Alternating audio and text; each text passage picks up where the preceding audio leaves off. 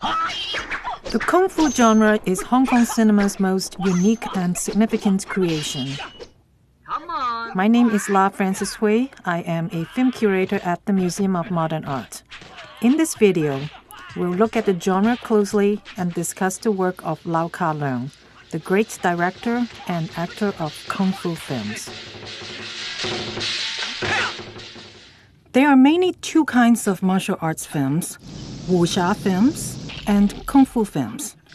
Wuxia is a Mandarin term combining the words martial arts and chivalry. One of the most important wuxia film directors is King Hu, who made some of the most stunning and artistically original wuxia films, such as A Touch of Zen, Dragon Inn, and Come Drink With Me.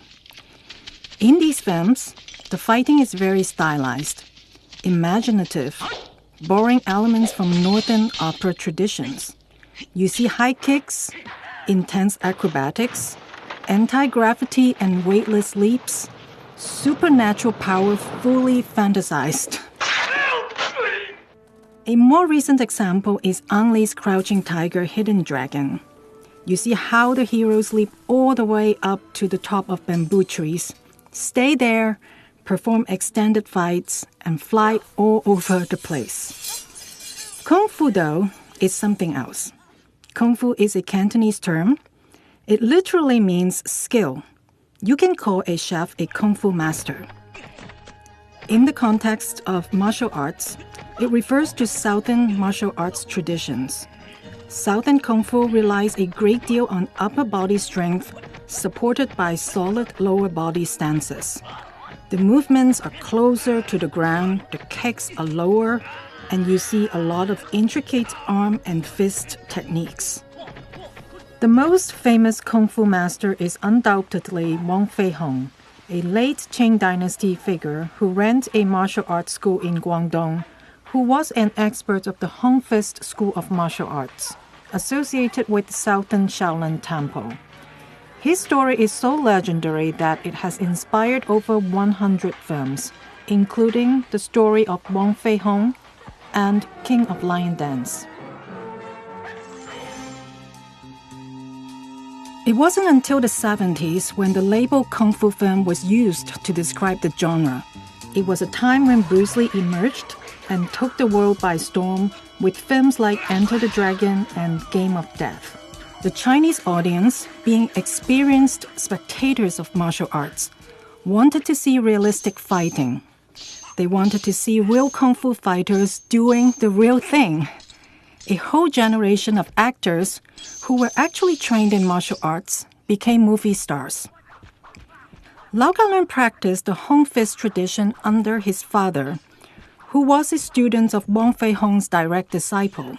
In the 60s, he joined the Shaw Brothers studio as a martial arts instructor, making short play wuxia films like One-Armed Swordsman and Golden Swallow. Look, a lot of directors and actors are associated with Kung Fu genre, but what they deliver is not strictly Kung Fu.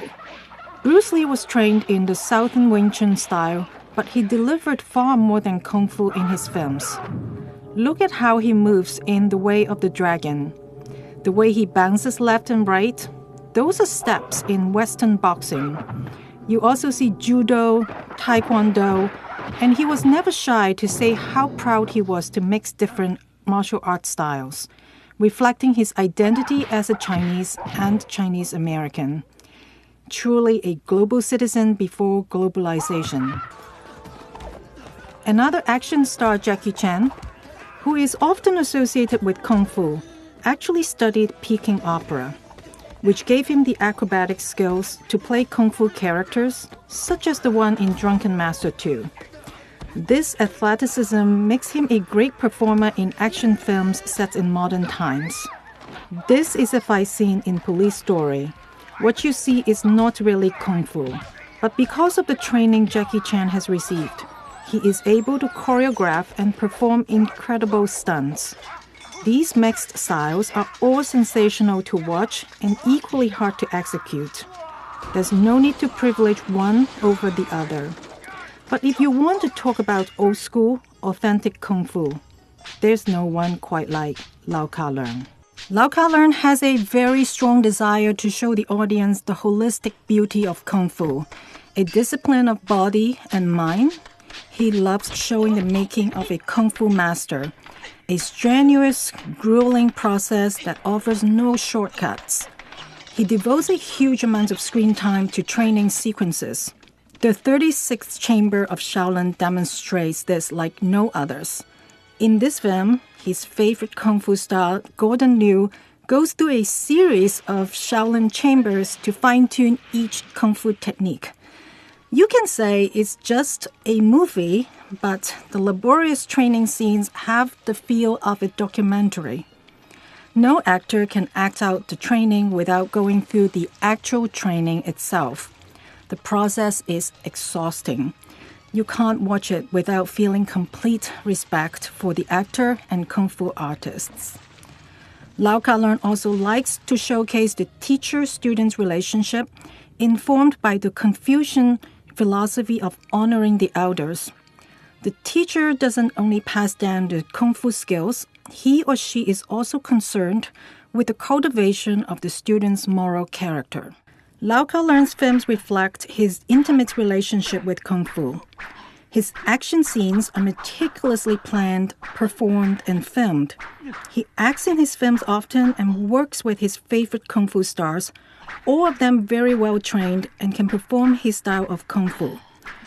There are few close-ups to create distractions. Medium and wide shots are often used to expose the entire body. There's nowhere and no way for an actor to hide. The camera pulls back often to reveal the movements as they are. Continuity editing is used to make the action and the trajectory of any movement legible to the audience. The editing cuts are really not very rapid.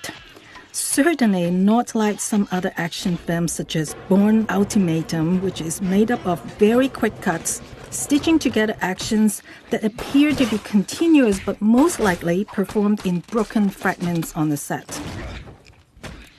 Here is a great scene from Martial Club, showing two actors fighting in a very narrow alley. What do you do with your limbs in a tight space measuring 3 or 4 foot wide? And how do you film it? Watching a Lau Ka-learn film is similar to watching an illustrated guide or documentation of Kung Fu and its philosophy. The fight scenes are spectacular, the performers are top-notch, the films are even funny sometimes. It's joyful to watch these films regardless of how much you know about Kung Fu. Just know that you are watching the works of the most dedicated and authentic exponent of Kung Fu and Kung Fu film, someone who has been hailed the Grandmaster. So those are my thoughts on Kung Fu film and Lau Ka-learn. I hope that you have enjoyed watching this video. What do Kung Fu movies mean to you? Let us know in the comment section below. What are the topics you would like us cover? And also please subscribe for other videos from MoMA and our Department of Film. My name is La Francis Hui. I am a curator at the Museum of Modern Art. See you at the movies.